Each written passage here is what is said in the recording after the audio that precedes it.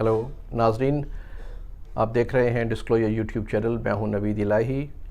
Canada نے India کے ایک سینئر ڈپلومیٹ کو کینیڈا سے فوری باہر نکال دیا ہے اور اس پہ الزام ہے ایک سکھ سٹیزن جو کینیڈا کا سٹیزن تھا اس کو قتل کروانے کا.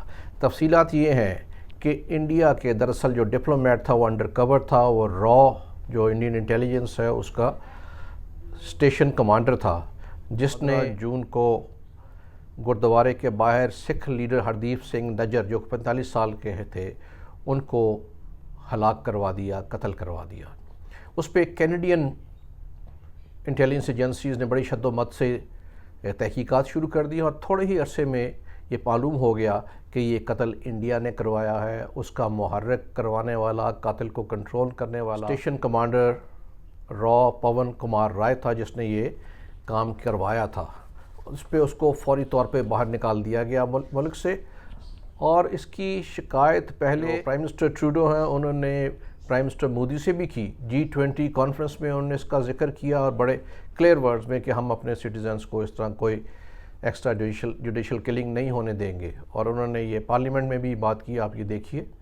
Over the past number of weeks, Canadian security agencies have been actively pursuing credible allegations of a potential link between agents of the government of India and the killing of a Canadian citizen, Hardeep Singh Nijjar. If these allegations are true, they represent an outrageous affront to Canada's sovereignty.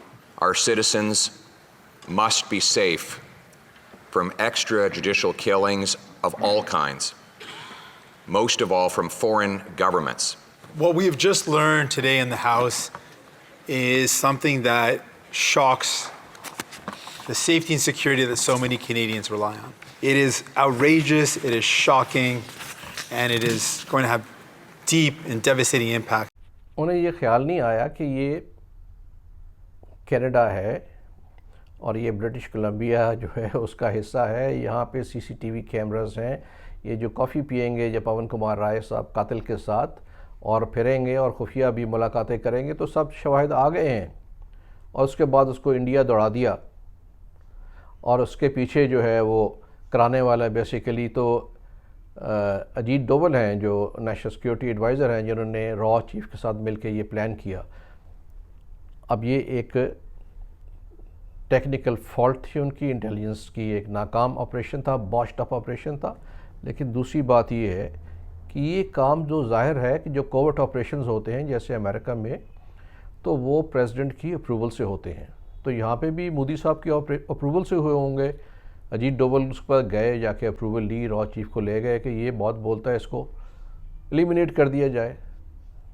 تو جناب آپ اتنی بڑی طاقت نہیں ہے، نہ آپ CIA ہیں کہ you are punching above your weight اور ایسا کام کیا جو کہ آپ کے سے بہت اوپر کا تھا اور قابو آ گئے اس پہ.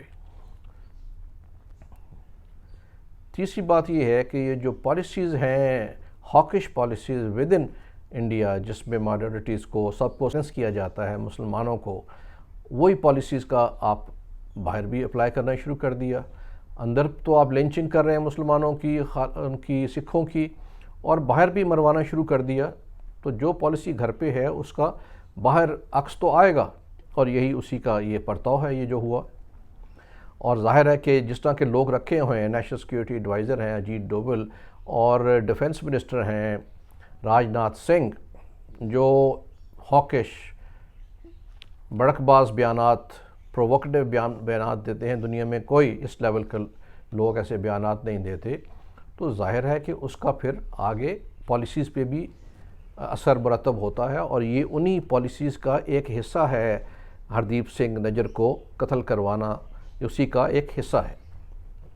چوتھی بات جو بڑی اہم ہے وہ یہ ہے کہ جو انڈیا کا جمہوریت کا ایک چہرہ بنایا ہوا ہے وہ بالکل فاش ہو جاتا ہے کہ جس طرح سکھوں کو، مسلمانوں کو، اقلیتوں کو وہاں پہ انڈیا میں دبایا جا رہا ہے، ان کی باہر بھی اب ان کی آواز دبانا بند کر دی ہے. تو یہ تو جمہوریت نہیں ہے، فاشزم کی ایک حد ہے.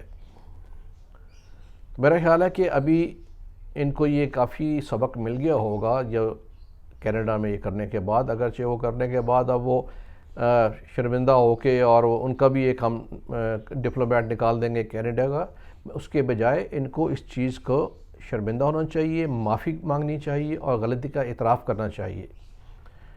ایک دفعہ امریکہ نے جرمن چانسلر کا فون ٹیپ کیا تھا اور اس پہ قابو آ گئے تھے، تو انہوں نے اس سے معافی مانگ لی تھی کہ غلطی ہو گئی۔